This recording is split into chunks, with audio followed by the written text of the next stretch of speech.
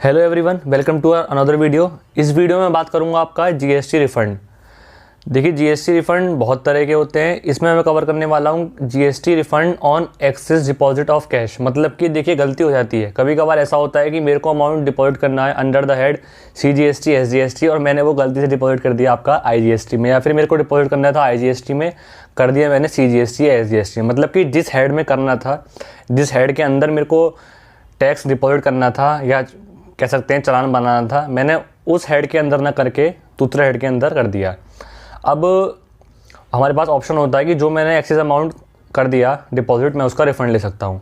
होता क्या है कि अब मैंने गलती जमा करा और मैं उसका रिफ़ंड लेना चाहता हूँ, तो सिंपल हम जाते हैं आपका पोर्टल पर, वहाँ हम अपना लॉगिन करते हैं, हम जाते हैं रिफ़ंड सर्विसेज में होता है कॉलम रिफ़ंड में अप्लाई कर देते हैं refund on account of access payment of tax. हमने अप्लाई करा, हमने अपना रिफ़ंड अमाउंट लिखा कि मेरा आईजीएसटी में फॉर एग्जांपल 18,000 20,000 मेरा रिफ़ंड बनता है। होता क्या है कि वहाँ ना कुछ भी, जैसे हमारा, मैंने अभी एक वीडियो डाली थी GST on export of services और goods without payment of tax, तो उसमें एक गवर्नमेंट ने हमको एक फॉर्मेट दे रखा था कि हमको ये डिटेल्स चाहिए, ईजीएम डिटेल्स चाहिए, शिपिंग बिल की डिटेल्स चाहिए। अगर हम बात करते हैं कैश की, तो वहाँ पर कोई भी डिटेल्स नहीं चाहिए। लेकिन होता क्या है कि आपने सिंपली अपना रिफ़ंड अप्लाई कर दिया। मेरे साथ भी ऐसा हुआ था। मैंने एक्चुअली गलती से, बहुत बड़ा अमाउंट था वो, मैंने गलती से आईजीएसटी के अंदर डिपॉजिट कर दिया। होना था वो सीजीएसटी एसजीएसटी के लिए। मैंने रिफ़ंड के लिए अप्लाई करा, सीधे अप्लाई कर दिया, तो वो सीधे रिफ़ंड नहीं है, डिपार्टमेंट आपको सीधे रिफ़ंड नहीं देता। उन्होंने एक अपनी नोटिफिकेशन निकाली थी, उसके अकॉर्डिंग आपको कुछ डॉक्यूमेंट्स उनको प्रोवाइड करने होते हैं कि हाँ, मैंने मतलब जो उनका फॉर्मेट है उसके अकॉर्डिंग आपको वो डॉक्यूमेंट्स उनको प्रोवाइड करने होते हैं। तो ये मेरा एक्सपीरियंस था, मुझसे गलती हुई थी, तो मैंने अप्लाई करा। तो मेरे को लगा कि ये वीडियो मेरे को ज़रूर बनाना चाहिए कि हो सकता है किसी और को भी कुछ प्रॉब्लम हो रही हो, खासकर fund of GST on access payment of cash. तो आप देखते रहिएगा। तो पहले हम एक बार ना, जो गवर्नमेंट की नोटिफिकेशन थी आपकी, जो मतलब रिफ़ंड के लिए हमको क्या क्या डॉक्यूमेंट्स देने पड़ते हैं, हम पहले उसको एक बार देख लेते हैं। तो ये रही हमारी नोटिफिकेशन, सर्कुलर नोटिफिकेशन नहीं, सर्कुलर। तो ये रहा हमारा सर्कुलर नंबर 125442019 जीएसटी। इसमें मतलब नोटिफिकेशन बहुत कुछ है, लेकिन मेन हम जो हमारा रिफ़ंड है, हम पहले उसको देख लेते हैं, जो हमारा पर्पज़ है। यहाँ पर आप देखेंगे तो यह है लिस्ट ऑफ ऑल डॉक्यूमेंट्स। ये पेज नंबर 26 पर है। ये पीडीएफ फाइल है, मैं इसको वीडियो के डिस्क्रिप्शन में डाल लूँगा, आप चाहे तो इसको डाउनलोड कर सकते हैं। ये पेज नंबर 26 पर मिलेगा आपको, जो हमें डॉक्यूमेंट, डिक्लेरेशन, अंडरटेकिंग, सर्टिफिकेट जो भी हमको गवर्नमेंट को देने। तो इसमें यहाँ पर बहुत है कि refund of unutilise ITC on exports without payment of tax and so on. फिलहाल जो हमारा मतलब है, यहाँ पर हर तरह का रिफंड है कि क्या क्या डॉक्यूमेंट्स चाहिए, क्या क्या चीज़ है। जैसे यहाँ पर लिखा हुआ declaration, statement, undertaking, rectification to be filed online, और सपोर्टिंग डॉक्यूमेंट्स में एडिशनली क्या देने। तो हम अपना देखते हैं रिफ़ंड। ये रहा refund of access payment of tax. हमारा फ़िलहाल काम इससे है। पहला ये मांगता है आपका स्टेटमेंट 7 अंडर रूल 89 2K। ये भी मैं आपको बताऊंगा क्या होता है, अब इसका हम फॉर्मेट देखेंगे। दूसरा आपका मांगता है undertaking in relation to section 16(2)C and 42(2). And ये थर्ड मांगता है आपका self declaration under rule 89(2)(1) if amount claim does not exceed 2 lakh. अगर 2 लाख से अमाउंट एक्सीड नहीं होता तो सेल्फ डिक्लेरेशन है, otherwise certificate under rule 89(2)M otherwise. ये सर्टिफिकेट हमारा सी है जी। अगर हमारा रिफंड का अमाउंट 2 लाख से एक्सीड करता है तो हमको सी ए सर्टिफिकेट चाहिए होता है अपना रिफंड क्लेम करने के लिए। तो पहले हम अपना देखते हैं। अब हम ज़रा डॉक्यूमेंट्स पर आते हैं। हाँ, तो पहले हम देखते हैं अपना स्टेटमेंट 7 अंडर रूल 89 2K। ये क्या होता है, इसका फॉर्मेट है कुछ ऐसा। देखिए, इसमें हमारा होता है, मैं थोड़ा जूम कर देता हूँ इसको। इसमें होता है हमारा कुछ फॉर्मेट है, हमको इस हिसाब से डिटेल्स फिल करनी होती है। पहला है हमारा tax period, ARN of return, her return का ARN number, acknowledgement receipt number अलग अलग होता है, डेट ऑफ फाइलिंग, कब फाइल करी, टैक्स पेएबल, मतलब टैक्स जो मेरा पेएबल था, ये बताऊंगा इसकी रेलिवेंस क्या है। फिर tax paid and excess paid. होता क्या है, ये स्टेटमेंट हमारा इसलिए मांगा गया क्योंकि हम रिटर्न भर चुके अपनी, लेकिन जो ऑफिसर केस है उसको हैंडल कर रहा है उसको नहीं पता, मतलब एक तरह से गवर्नमेंट को नहीं पता कि मेरा टैक्स कहाँ किस चीज़ का क्यों बनता है। तो हमको ये बताना पड़ेगा कि ये जो मेरा रिटर्न है, क्योंकि हो सकता है आपने अपनी 3B फाइल करी हो, जबकि फॉर एग्जांपल आपने जनवरी की 3B फाइल करी है और उसी चक्कर में आपका जो रिफ़ंड है वो मतलब जो आपका एक्सेस अमाउंट है वो आपका गलती से पे हो गया।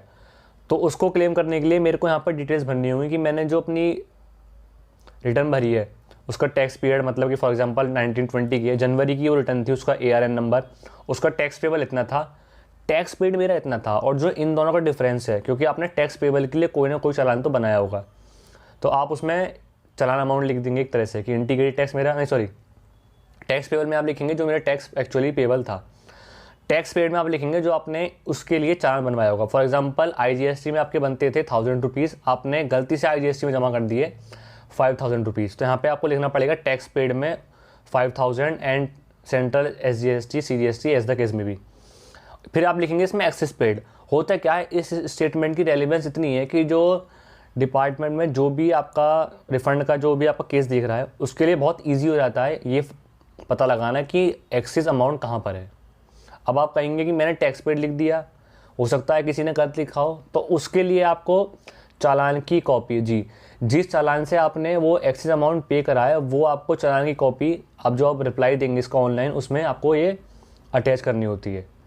मतलब अगर आप चालान की कॉपी नहीं देंगे, आप चाहे कुछ भी लिख दें तो भी आपका रिफंड रिजेक्ट हो जाएगा। पहले तो ये 3 डॉक्यूमेंट्स थे हमारे, स्टेटमेंट अंडर 7, ये अंडरटेकिंग है, सेल्फ डिक्लेरेशन और CA सर्टिफिकेट। चौथा जो मेन है जो कि इसमें नहीं है लेकिन वो है मेन, क्योंकि उसके बिना पकड़ नहीं सकते कि रिफंड वाकई में बनता है नहीं बनता। तो वो जो था वो है हमारा चालान। जिस चालान से आपने एक्सेस पेमेंट करी है वो आपको यहाँ पर जब आप ऑनलाइन रिप्लाई करेंगे तो वो आपको फाइल करना पड़ता है। तो मेरे हिसाब से आपको ये स्टेटमेंट 7 क्लियर होगा कैश की रेलिवेंस से क्यों देते हैं, ताकि पता लग जाए कि मेरा एक्सेस पेड ये है और मेरा एक्चुअल कोई ड्यूज़ नहीं है, क्योंकि जो मैंने लास्ट रिटर्न अपनी फाइल करी है 3B है, जो भी आपका रिटर्न है, फॉर एग्जांपल आपने अभी जैसे GST ऑडिट चल रहे थे तो हो सकता है आपने GSTR 9 को पेमेंट करने के लिए थ्रू DRC 03 हो सकता है आपने तो इसलिए गलत फाइल कर दी हो।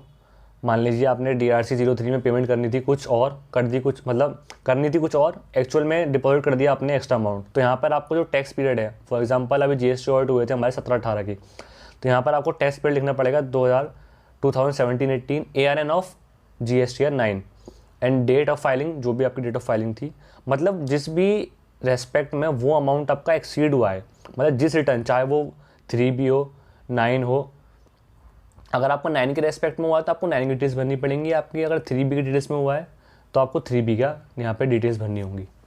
अब हम चलते हैं, आपका दूसरा हमारा था undertaking in relation two sections 16(2) and section 42(2).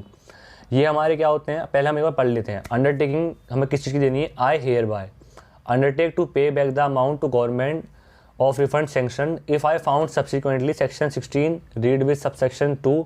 मतलब ये है कि अगर मेरा जो रिफ़ंड का अमाउंट है अगर वो गलत पाया जाता है बाद में ऑन इंस्पेक्शन, अगर गवर्नमेंट कहती है कि आपने जो रिफ़ंड है वो आपने गलत मांगा है, तो मैं लायबल हूँ, ये मैं आपको अंडरटेकिंग देता हूँ, मैं लायबल हूँ कि वो आपका मैं अमाउंट जो भी गवर्नमेंट मेरे को पेनल्टी लगाती है विद इंटरेस्ट में आपका वो अमाउंट रिफ़ंड कर दूँगा। यहाँ पर आएगा आपका प्लेस डेटेड, फिर आपका नाम, आपकी ऑर्गेनाइजेशन का नेम, डेजिग्नेशन आप क्या हो, प्रोप्राइटर हो, डायरेक्टर हो, पार्टनर हो, जो भी है, और उसका GSTI नंबर। 2 हमारे कंप्लीट हो गए। तीसरा हमारा था सेल्फ डिक्लेरेशन, अगर 8921 के हैं और अगर आपका 2 लाख से ऊपर अमाउंट है तो आपको CA सर्टिफिकेट होगा। तो हम CA सर्टिफिकेट देख लेते हैं। ये सर्टिफिकेट कुछ ऐसा है, इसको मैं थोड़ा जूम कर देता हूँ। सर्टिफिकेट हमारा ये रहा, इसमें क्या है, this is to certified that in respect of refund amounting to rupees इतना, जो भी आपका रिफंड है वो इसमें आप लिख देंगे, इन वर्ड्स भी, क्लेम्ड बाय इतना, ये प्रोप्राइटर हैं इसके, इनका ये GST नंबर है for the tax period, and the incident of tax and interest has not been pass to any other person. उस स्टेटमेंट का मतलब, सर्टिफिकेट का मतलब यही है। तो ये आपको CA सर्टिफाइड कर देगा। यहाँ पर CA के सिग्नेचर, जो भी उनकी स्टैम्प है, उनका मेंबरशिप नंबर, और ये जो आपका ये जो हमारा सर्टिफिकेट रूल 89(2)M है, ये आपका CA के जो वो होता है लेटर हेड, जी जो CA का आपका लेटर हेड है, आपको ये उस पर प्रिंट करवाना है, अदरवाइज रिजेक्ट हो जाएगा। जो CA का लेटर हेड है, वो भी सर्टिफिकेट CA का हमेशा लेटर हेड पर ही बनता है, तो वैसे पता होगा, लेकिन तब भी अगर गलती हो जाती है तो ये वो डॉक्यूमेंट्स थे जो जो हमको फाइल करने थे। वैसे में एक डॉक्यूमेंट नहीं था, जीएसटी चालान, वो आप जिस चालान से आपने पेमेंट करी थी एक्सेस, आपको वो अटैच करना पड़ता है। अब मैं आपको वो दिखाता हूँ जो प्रोसीजर होता है। तो पहले तो वही होता है, आप जीएसटी जो अपना फाइल करते हैं वो होता है आपका RFD 01। जब RFD 01 फाइल करते हैं तो ये रहा आपका, ये इशू होता है हमारा RFD 02 एक्नॉलेजमेंट जो होता है इसके अगेंस्ट। ये एक्नॉलेजमेंट नंबर पे डेट ऑफ एक्नॉलेजमेंट क्या क्या वो था, जीएसटी या फ़ोन नंबर RFD 01, उसके अगेंस्ट ये हमारा इशू होता है। रिफ़ंड टाइप क्या था, refund of excess balance in cash ledger in electronic cash ledger, जो ये हमारा अमाउंट था। ये एक्चुअली दो अमाउंट थे, ये 18,210 ये रहा। अब क्या होता है, अगर आपने वो डॉक्यूमेंट सबमिट नहीं करे जो भी मैंने आपको बताए थे, तो क्या करता है डिपार्टमेंट आपका एक SCN show cause notice issue करता है। मतलब कि आपको पता है अपॉर्चुनिटी ऑफ बीइंग हर्ड, उसका मतलब ये होता है कि आपको ये चीज़ें हैं जो आपको सबमिट करनी है। तो एक बार हम देखते हैं वो शो कॉज नोटिस क्या था। ये रहा GST RFD 08 notice for rejection for application of refund, show cause notice number. अब ये कहते हैं कि अमाउंट इनएडमिसिबल, जो मतलब आपको नहीं रिफंड दिया जाएगा। वो कहते हैं कि you are hereby called upon, मतलब आपको जो शो कॉज नोटिस है, आपको या तो you are hereby directed to furnish a reply of the notice within 15 days from the date of service of this notification, मतलब कि with in 15 days आपको इस नोटिस का जवाब देना है।